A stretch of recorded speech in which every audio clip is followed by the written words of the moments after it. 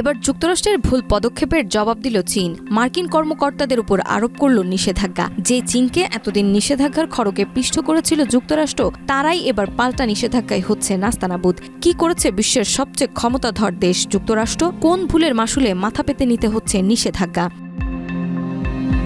Hong Kong সংক্রান্ত ইস্যুতে যুক্তরাষ্ট্রের ভুল পদক্ষেপের প্রতিক্রিয়ায় মার্কিন কংগ্রেসের সদস্য, কর্মকর্তা ও বেসামরিক সংস্থার প্রধানদের ওপর নিষেধাজ্ঞা আরোপ করেছে চীন। 21 এপ্রিল এই ঘোষণা দেয় বেইজিং। এই ঘোষণার সত্যতা প্রকাশ করেছে বার্তা সংস্থা আনাদুলু। চীনের পররাষ্ট্র মন্ত্রণালয়ের মুখপাত্র গুয়ো জিয়াংকু এক সংবাদ সম্মেলনে বলেন, হংকংয়ের বিষয়ে মার্কিন হস্তক্ষেপ সম্পূর্ণ অগ্রহণযোগ্য। এই ধরনের যেকোনো ভুল পদক্ষেপের বিরুদ্ধে চীন কঠোর পাল্টা ব্যবস্থা গ্রহণ করবে।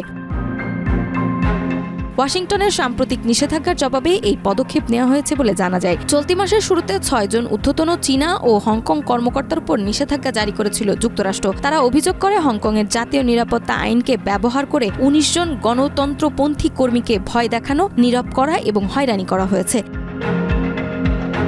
এই কর্মীদের মধ্যে একজন মার্কিন নাগরিক এবং আরও 4 জন মার্কিন স্থায়ী বাসিন্দাও রয়েছে বলে জানা যায়। বিশ্লেষকরা মনে করছেন, চীনের এই পদক্ষেপ বিশ্ব রাজনীতিতে যুক্তরাষ্ট্র ও চীনের মধ্যে চলমান উত্তেজনা ও বাণিজ্য যুদ্ধে নতুন মাত্রা যোগ করবে। নাজমা, মাই টিভি।